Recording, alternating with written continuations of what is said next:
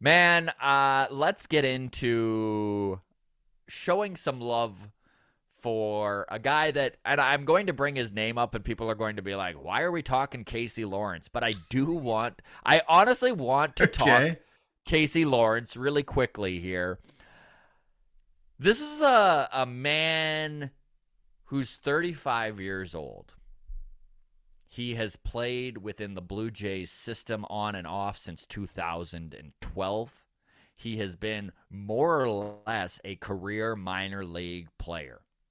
He has pitched in numerous organizations. Last time he was in the big leagues playing games was 2018 with the Seattle Mariners. The Jays, and Adam and I have talked about this substantially over the season, that the biggest Achilles heel that this team has had is insular depth at the AAA level. hmm That there hasn't really been anybody other than Max Castillo that we saw earlier in the year. And I think one of the reasons we watched Max Castillo get moved at the trade deadline was that Casey Lawrence probably had more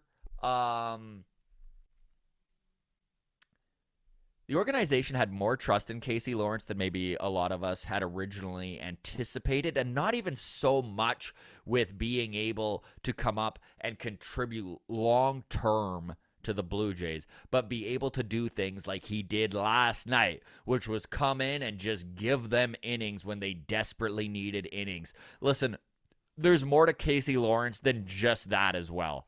Okay. This is a dude that every single pitcher in this organization sings his praises. I know when we had Matt Gage on the hmm show a couple of times, Gage went out of his way to talk about what a great influence Casey Lawrence was in the bullpen in AAA, how much he took so many of these young pitchers under his wing. Selfless. Casey Lawrence is selfless, and that's what you got to be if you're going to be a career minor league player. Casey Lawrence has had his cup of coffee, but he's never going to be a guy that is probably a full-time major league player. And the way that he has instilled the experience on these young guys coming up, and I'm not saying that Matt Gage is young, but like just on these guys that are younger than him that maybe don't have the same amount of experience with the game, it's been very impressive. A very selfless dude. So just a tip of the hat there All to right. Casey Lawrence. Great job covering up your sneeze, by the way. For those of you listening on audio, Adam seamlessly hit the mute button. Thanks. Just a consummate pro. You know me. You know me. The impressive thing is not that I muted my mic for the sneeze; it's that I turned it back on when I came back. Yes. That's where the real skill. That's where we separate the men from the boys. All right. Speaking of Blue Jays pitchers that we want to highlight, it's my turn now. Yes. Uh, I know I texted you this last night, so we can't pretend that I'm going to surprise you here with some impressive stats. I guessed But it anyways, but you yes, guessed it go ahead. anyways. Last 5 games, here's the stat line: a whip of point 0.6, an ERA of 2.16, 15 Ks per nine, and 2.16 walks per nine. Name that Blue Jays pitcher. And you guessed Name it. the Blue Jays pitcher with a whip of 0.66. Think about that, gang. That is an incredible whip for a How guy about coming out of the bullpen. Ks per nine, 15.12. This sounds like a stud back Elite. end of the bullpen arm. This is incredible. This is a guy you want pitching in the playoffs for you, right? If you have not guessed yet, we are speaking, of course, of the Blue Jays' big acquisition at the in the offseason, Yusei Kikuchi. Yusei Kikuchi. Finish the season strong. Very strong. Still don't want to see him pitch in the playoffs, but it is. These are low leverage. These are low leverage innings, but he sure has looked good.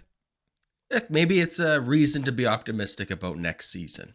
Can we say that? It's a reason I it's a I reason would for say him so. to not cry all off season and be Yes. like, "All right, look, there's something here," and be like with a little bit of confidence going into next season. And you know what? It has put an asterisk next to his name when it comes to the playoff roster. He's a bubble guy. He's put himself in the conversation. I know we talked about this with Ben Nicholson Smith. He brought up the fact that Yusei Kikuchi very well could be on this playoff roster. More so as insurance in case something, let's say game 2, things go completely terribly, knock on all the wood, and whoever's pitching in that game 2 blows up. And I think how Ben said it's 1,000,000 to nothing Yeah. or 100 to nothing, right? Like, Yeah. like where it's just like the game is gone and it's time to refocus on that deciding game 3.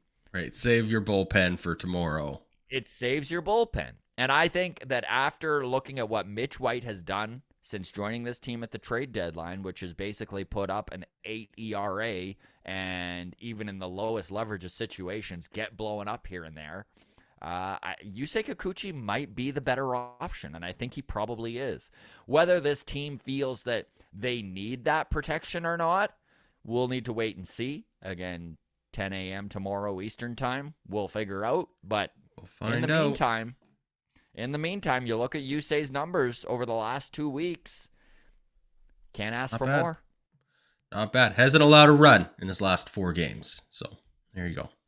We really appreciate all of you within the walk-off community. This thing continues to grow and become an animal of its own. It's a little bit overwhelming, but honestly, we love talking Blue Jays baseball and all the interaction that you folks are involved with us. Thank you so much.